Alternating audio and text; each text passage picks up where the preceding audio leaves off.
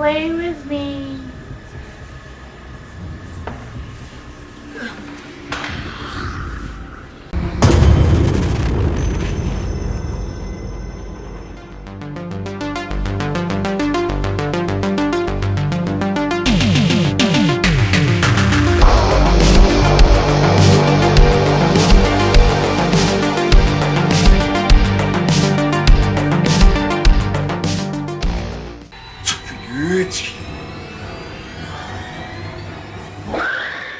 So we are talking about the movie American Exorcism. Now, there has been a few movies that have had very similar sounding titles. This is a 2017 movie written and directed by Trip Weathers. Now, this is actually Outcast, the TV show, the movie. Well, it pretty much is an unofficial version of that. We basically have this kind of team of ragtag demon hunters. The main two is this kind of guy who's a priest, and he's got this kind of like strange friend who is basically one with this kind of supernatural power, and they go around and do a bunch of exorcisms, very much like the Robert Kirkman show Outcast, with whom Robert Kirkman, of course, famous for The Walking Dead. So who knows if that was just a happy coincidence or it is actually influenced by that. We'll probably never know. So the story here, basically, like I've said, focuses on these two kind of demon hunters. The main guy, this character called Damon, has some kind of supernatural powers. It's not really explained to any kind of satisfactory conclusion about why this actually is the case. But nonetheless, we have this kind of prologue where we have this, where it's the one last exorcism before he retires. And of course, complications arise. Cut to 10 years later, and his estranged daughter has some kind of weird supernatural things going on. Could it be the same demon that we saw 10 years ago? And all hell was going to get broken loose. Well, we'll have to go and watch the film to find out what happens, won't we, I guess, then, folks? So let's talk about what worked with American Exorcism. First thing I would say in regards to what worked for me was the effects. I think the effects here were done quite nicely. So it's a mixture of kind of visual effects, kind of CGI, but it's done in a way that it accentuates scenes rather than kind of like you just have a bunch of CGI mess on screen.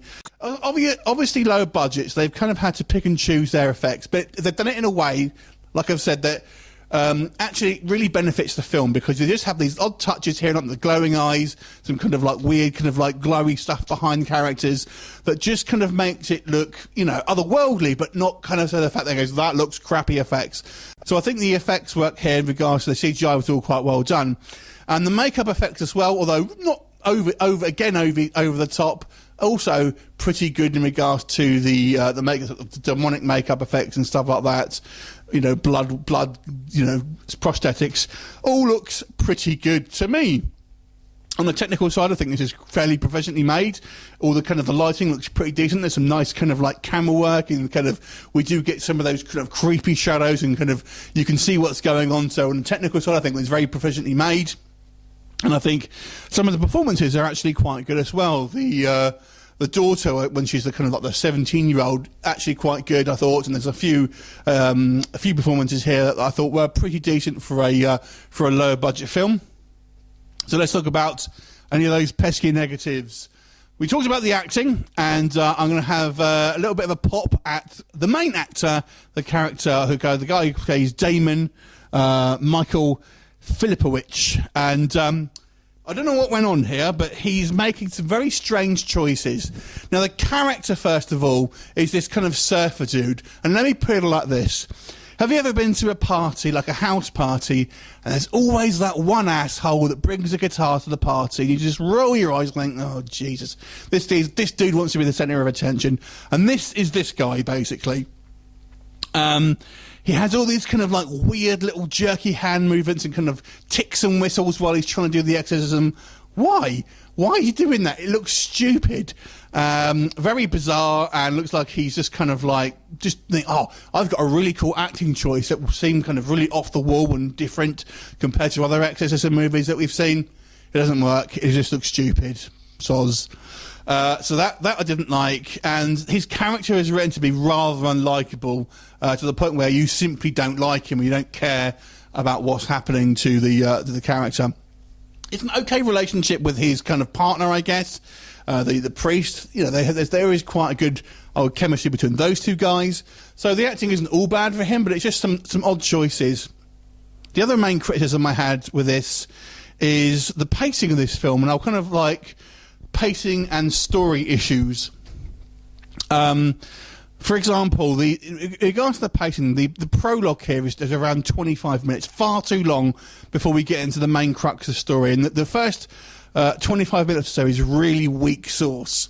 So we have our kind of first exorcism, and for some reason you just think, who are these people to do exorcism? They just seem like a bunch of random people who just decided they're going to do exorcisms for no apparent kind of reason. So the characters weren't built up enough, but then we have this long protracted sequences of this kind of one particular scene, and where they're trying to exorcise this one guy. And it's stupid. They end up having a fight with him, and it's just ridiculous. Really a weak start, unfortunately. But then we kind of go into the main story, I guess, and it just doesn't flow. There's kind of scenes of characters where you're thinking, you know, why am I spending time with this particular character? It doesn't seem to be pertinent to the plot at all. And it kind of goes off in different directions. You think, I don't really understand why this is happening. Why is this kind of like supporting character doing this? We don't really know. And things just don't add up to a logical way. Just like how kind of ill-defined this guy's supernatural powers are. It just seems to be on screen because that might look cool at the time. We need a girl to get her boobs out, so let's have this kind of sex scene here or whatever. You know, it's just kind of like, the story structure here and the flow of the story, although the framework, I would say, from, you know, when you go to point A to point B, is kind of generic, I mean, and sort of fairly basic. It's just like, it has these little like weaves that just don't make logical sense, and like I say, really slows down the pacing of the film. So overall, I would say this does have some visual flourishes that I did quite appreciate, and I quite like the kind of the minimal use of effects, but nonetheless effective. But the story for me didn't work. The acting choices were very off-putting from the main character. I definitely think he should have been reined in a little bit, or, you know, not try to be the kind of the centre of attention too much. Some bad choices made on there, I feel. You know, some people might like it. It really wasn't for me. I'll give this movie a 4 out of 10. There were a couple of things that I did, you know, kind of like in regards to maybe some of the visual work, but overall I thought the story was weak and acting choices were off-putting. So 4 out of 10. Have you seen it? What do you think of it? Leave a comment and I'll look forward to seeing you next time. Bye for now.